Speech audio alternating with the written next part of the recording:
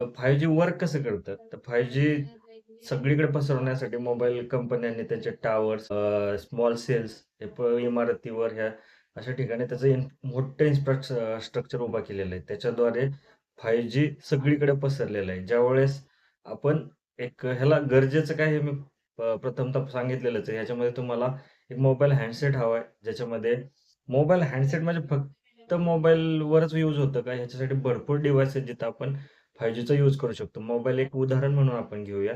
ज्याच्यामध्ये तुम्ही काय करू शकता, मग एक मोबाईल हँडसेट ज्याला 5G सपोर्टेड आहे, तो तुम्ही घेतला. त्याच्यामध्ये सिम असणार किंवा तुम्ही वायरलेसली राउटरच्या थ्रू ते 5Gचं नेटवर्क घेऊ शकता. मग वायफायच्या थ्रू. तर मग तुम्ही सुरुवातीला तुमचं मोबाईल इंटरनेटशी कनेक्टेड आहे. आता काय होणार तुम्हाला ज्यावेळेस एखादा व्हिडिओ पाहायचा आहे, त्यावेळेस तुमच्या मोबाईलमधून सिग्नल तो दिला जाईल. मग तो तुम्हाला समजा एखादा व्हिडिओ पाहायचा आहे, WhatsAppचा मेसेज आहे तुमचा, Google तुम्ही चालवताय किंवा Gmail वापरताय, हे सगळ्याचा मेसेज जाईल. मग हा मेसेज नंतर इंटरनेटला जाईल. इंटरनेट थ्रू तो मोबाईलच्या नेटवर्कला येईल.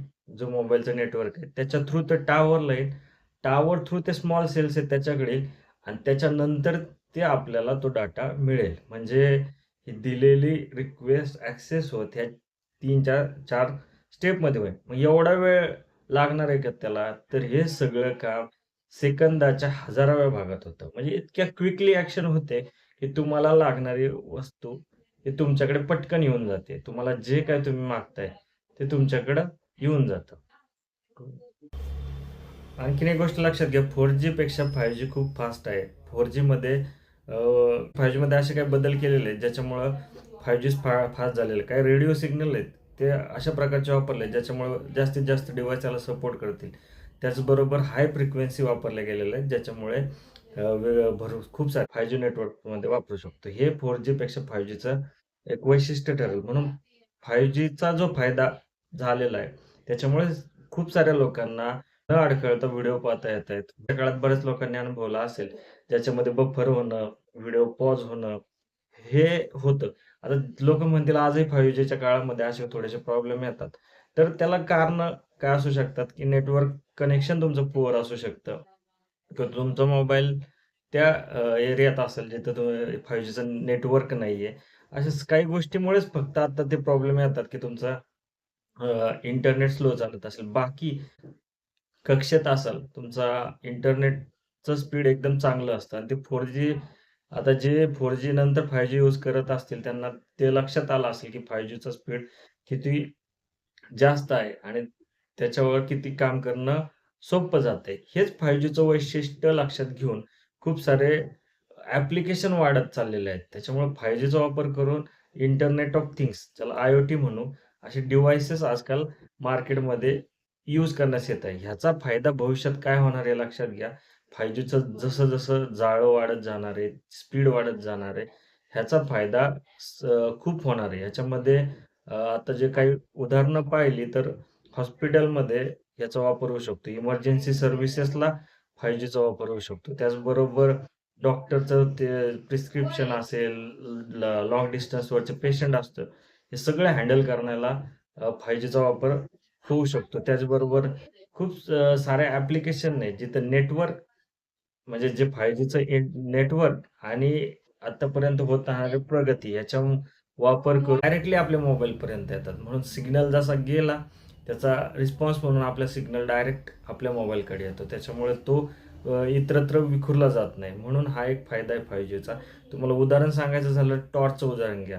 आता एक लाईट दिव्याचा प्रकाश सगळीकडे पसरतो. पण टॉर्चचा प्रकाश हा फक्त आपल्याला जे पाहिजे तिथंच असतो. तशा प्रकारे 5G वर्क करतं. जिथं आपल्याला पाहिजे त्या स्पीडने आणि पाहिजे त्या ह्याने कॉन्सन्ट्रेट केलं जातं आणि तेवढासा स्पीड फास्ट दिला जातो.